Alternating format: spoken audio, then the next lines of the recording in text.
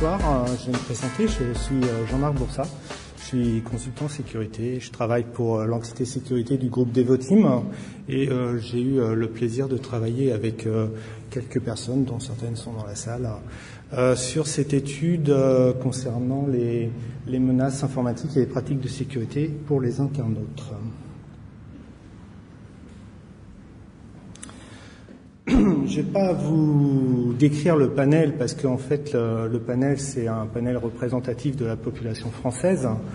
Je vous rappelle, il y a eu à peu près 1000 personnes qui ont été prises en compte pour le résultat que je vous présente. Et en fait la première indication qu'on a eue dans l'enquête, c'est que finalement le taux d'équipement des internautes est plutôt en augmentation. C'est pas vraiment une surprise, mais globalement, par foyer, il y a plus d'ordinateurs dans les foyers. Il y a à peu près 21% des foyers qui ont plus de 3 ordinateurs. On verra que c'est peut-être une des explications sur un des résultats un petit peu plus loin. Et globalement, le taux d'équipement et le taux de connexion Internet est un petit peu plus important que la précédente étude. 80% des internautes annoncent que leur ordinateur est constamment connecté. À partir du moment où il est allumé, il est connecté à Internet. Et 65% annoncent une bande passante finalement plutôt importante au-delà des 10 mégas. Un autre enseignement, c'est que les internautes annoncent qu'ils se connectent à Internet non seulement à leur domicile, mais aussi en dehors de leur domicile, et avec un taux assez important, 58% qui annoncent qu'ils utilisent Internet, ce qui montre que l'informatique personnelle migre vers le nomadisme. C'est pas vraiment une surprise, mais c'est juste une confirmation. Donc après, la première question qu'on a pu poser aux internautes, c'est pour vous, est-ce que la connexion Internet, est-ce que c'est risqué? Donc oui, pour 23% des internautes, la connexion Internet fait courir un risque à leur matériel ou à son contenu. Et 73% par contre annoncent que finalement ça fait aussi courir un risque sur leur vie privée, c'est-à-dire leurs données personnelles. Donc on voit qu'il y a un petit décalage et qu'il n'y a pas forcément un rapport évident entre le sentiment d'insécurité pour le matériel et le sentiment d'insécurité vis-à-vis de ces données personnelles. Est-ce que vous avez un sentiment d'évolution de ces risques? Donc c'est assez stable par rapport à la précédente enquête, c'est-à-dire que une bonne grosse moitié n'estime pas que les risques évoluent de façon significative pour eux. Je ne vais pas vous décrire tous les chiffres par rapport à la perception des menaces, parce que ça serait long et ennuyeux, et vous aurez peut-être plus de détails dans le rapport. Mais ce qui est clair, c'est que la menace virale est encore celle qui est la plus ressentie. Et en tout cas, elle est jugée importante ou très importante pour 81% des internautes. On constate quand même une légère baisse, c'est-à-dire qu'on a dû perdre 2-3% de mémoire par rapport à la précédente enquête. Après, la deuxième menace en ordre d'importance, ça serait la menace d'être infecté par un logiciel espion. Là encore, elle est en légère baisse par rapport à la précédente étude. Et 71% estiment aussi la menace du spam comme étant un vrai problème. Et ça, pour le coup, c'est en légère augmentation par rapport à l'étude précédente. Quand on dit légère augmentation, légère baisse, c'est dans les 2-3%, c'est-à-dire que c'est pas forcément très important. Ce qui est stable, par contre, c'est le sentiment d'insécurité vis-à-vis de la menace d'escroquerie à la carte bancaire ou au phishing. Donc la question était couplée finalement dans l'enquête. Pour 68% des internautes, ils ont encore une réelle crainte vis-à-vis de ce type d'escroquerie, et c'est stable par rapport à l'enquête précédente. Ce qui augmente un petit peu, par contre, c'est la menace contre le vol d'identité, qui est en légère hausse. Et par contre, ce qui est plus étonnant peut-être, c'est que le sentiment d'avoir un vrai risque d'intrusion sur son ordinateur personnel est en baisse. Il n'y a que 60% des internautes qui craignent ce risque, ce type d'attaque. Par rapport au Wi-Fi, maintenant il y a 59% des internautes qui annoncent utiliser régulièrement le Wi-Fi à la maison. Donc ça c'est en augmentation par rapport à la dernière étude. Et finalement, on leur a posé 2 questions concernant le Wi-Fi. Est-ce que vous craignez le piratage de votre accès Wi-Fi? Et donc, il y a une grosse moitié des internautes qui ont répondu oui de façon importante ou très importante.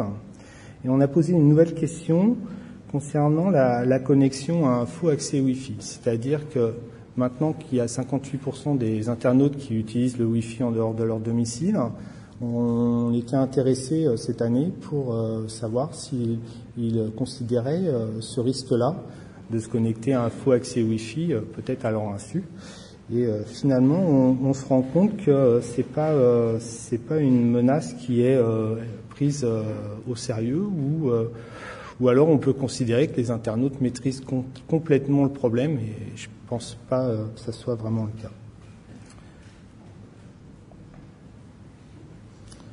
Ensuite, on a posé une série de questions sur quels étaient les facteurs qui pouvaient aggraver les risques, quels étaient les comportements qui pouvaient aggraver les risques vis-à-vis de leur information ou de leur équipement. Et c'est vrai qu'aujourd'hui, l'antivirus, c'est relativement stable finalement par rapport à la précédente étude. C'est-à-dire que là, je vous ai mis sur ce slide la partie pare-feu, antivirus et anti-spam. Et en fait, c'est relativement stable, mais c'est globalement un tout petit peu en baisse par rapport à la précédente étude. Par contre, ce que j'ai rajouté, c'est qu'il y a quand même 92% des internautes qui utilisent un antivirus, soit 86 un pare-feu et 80 un anti-spam. Et en fait, ce qui est assez rigolo, c'est qu'il y a un classement des outils de protection de l'ordinateur familial qui est assez régulier. Concernant les données personnelles, on leur a posé une question: est-ce que vous remplissez facilement un formulaire Internet qui contient vos données personnelles?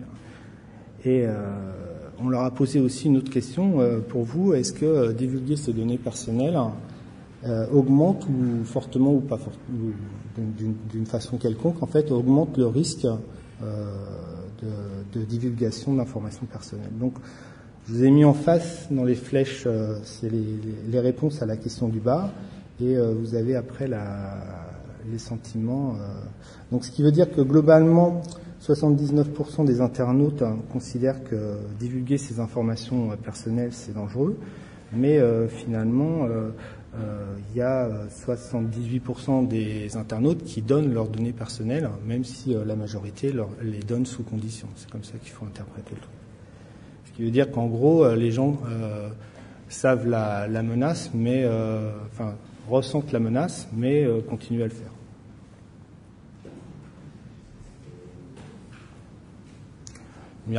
De temps en temps, on est un peu obligé, mais bon. Après, on s'est intéressé sur la partie paiement en ligne, et on a fait un focus sur ce slide sur le paiement en ligne.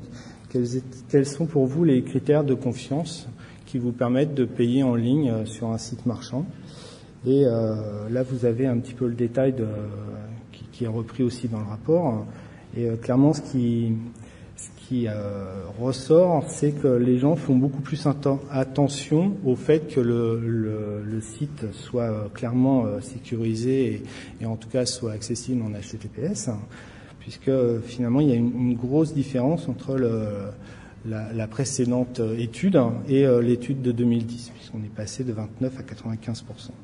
Ensuite, on voit que les internautes commencent à attacher de l'importance à la partie réputation du site, puisque 71% annoncent que c'est aussi un critère important. C'est-à-dire que s'ils connaissent pas le site, ils vont peut-être pas payer dessus. Puis ensuite, Il y a un autre indicateur important, c'est la possibilité d'avoir un moyen de paiement sécurisé, typiquement pour Internet, enfin fabriqué explicitement pour Internet, comme les numéros de carte bleue, les e-cartes, etc., pour 68%. On s'est aussi un peu intéressé à l'aspect mise à jour. Est-ce que vous mettez à jour votre système d'exploitation ou vos logiciels, et si vous les mettez à jour, de quelle façon? Est-ce que c'est automatique ou si c'est manuel? À quelle fréquence? Donc là, ce qui est assez frappant, c'est que il y a une différence selon les catégories d'âge, sachant que la bonne nouvelle, c'est quand même une grosse majorité des internautes font confiance à la mise à jour automatique des systèmes d'exploitation et des logiciels. Mais lorsqu'ils ne font pas confiance, on s'aperçoit que dans ce cas-là, il y a quand même un taux important d'internautes qui mettent à jour encore moins souvent que la mise à jour mensuelle, qui est quand même le minimum vital pour ne pas subir d'infection. Donc, cette baisse de mise à jour, elle est constatée malgré une perception du risque très important de manque de mise à jour, qui est de 63,9%. 6%, pardon. Ce résultat-là, c'est peut-être celui qui nous a étonné le plus. On leur a posé la question, est-ce que vous utilisez un mot de passe d'ouverture de session au démarrage de l'ordinateur? Donc c'était une question qui existait déjà lors de la précédente étude, et on voit qu'il y a une nette différence. Alors, une des explications, c'est finalement peut-être le nombre d'ordinateurs qui a augmenté fortement dans les foyers. C'est-à-dire que de plus en plus, l'ordinateur, il était peut-être avant familial, utilisé par plusieurs personnes, et maintenant il devient un peu plus personnel, ou un peu plus à usage, à mono-utilisateur. Et donc du coup, c'est vrai que mettre en place un mot de passe de session quand c'est un usage uniquement personnel, c'est un tout petit peu contraignant, et ça peut être une explication. Par contre, c'est inquiétant dans le sens où l'informatique allant vers de plus en plus l'usage de portables. Un portable, ça se vole. Si en plus le portable il n'a pas de mot de passe de session, ça peut avoir un impact important. Ensuite, on a posé aussi quelques questions par rapport à l'usage de l'ordinateur familial dans un cadre professionnel. Et on a posé la question. Et ce qui est frappant, c'est finalement le nombre d'internautes qui se sentaient non concernés, qui est passé de 28% en 2008 à 9% en 2010. Ce qui veut dire qu'on peut interpréter ce résultat en une augmentation du nombre d'entreprises qui permettent d'une façon ou d'une autre de se connecter à leur système d'information pour leurs salariés, pour leurs collaborateurs. Mais en tout cas, ce qu'on constate aussi, c'est que même s'il y a une légère augmentation des internautes qui utilisent leur ordinateur familial pour se connecter au réseau d'entreprise, cette augmentation-là, elle n'est pas si grande que ça, et il y a finalement peu d'évolution. Et il n'y a que 28% des internautes qui annoncent un usage mixte de leur ordinateur familial. Usage mixte voulant dire un usage personnel et professionnel.